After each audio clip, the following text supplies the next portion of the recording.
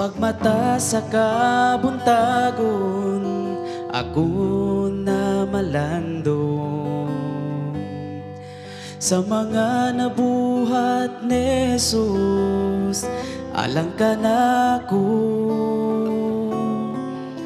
Iyang gihatag ang tanan, ang gugma ug kinabuhi, ug karon daygon ko siya tungod sa nabuhat niya.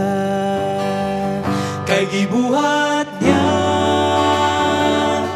ang tanan alang sa katawan, gibuhat niya tungod sa gugma sa atong amahan. Alagaron ko siya og simbahon sa tibuok kong kinabuhi. Kay si Jesus, gibuhat niya ang tanan.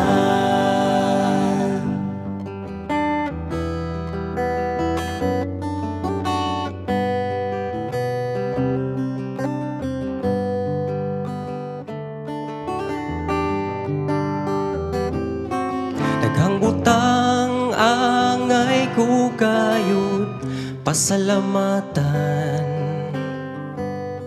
ug kung sugdan ko karong adlaw dili pa mahuman, ug usa lang kabutang ang isgutan, utong anak lang sa amahan.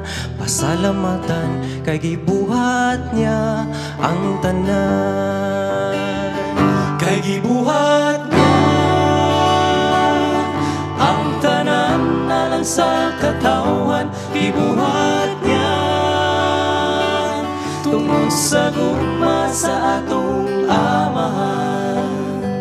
Alagaron ko siya og simbahon sa tibuok kong kinabuhi. Kay si Jesus, gibuhat niya ang tanan. Kay gibuhat niya ang tanan alang sa katawan, gibuhat niya tungod sa gugma sa atong amahan.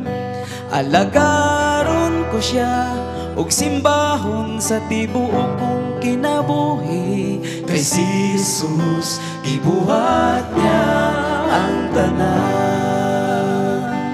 Alagaron ko siya og simbahon sa tibuok kong kinabuhi. Kay si Jesus, gibuhat niya ang tanan.